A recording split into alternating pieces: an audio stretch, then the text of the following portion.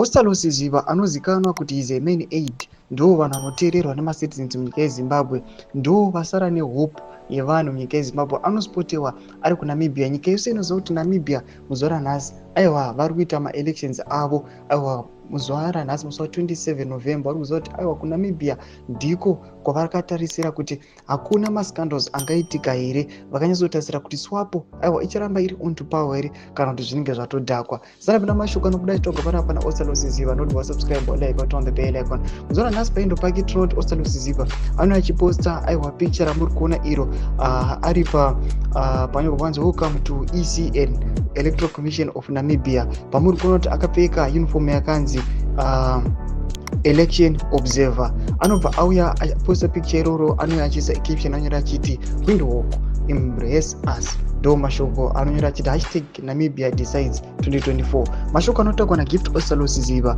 wamuziva kuti aiwa muchimuona ari an election observer kunyika aiwa yeNamibia, vanhu vanotanga kuva nehope yekuti aiwa kana tichiona machange champions akaita sana Ostallos Siziba, just because people they fully trust vakomana ava, vanenge vakutoziva kuti aiwa kana kune mascandals ekuti kunoonekwa kana vamwe vanhu vanosiva kuNamibia vachinokasta mavhotsi avo kuNamibia, aiwa zvinenge zvadhakwa havakwanisi kuita zvese izvozvo. Mashoko atoona kuti Ostallos Siziba ari proud aiwa kuva achiparticipata ari election observer kunyika yeNamibia. Amene ripoti dzemafungiro enyu muri kudii pamusoro pechitiko ichi?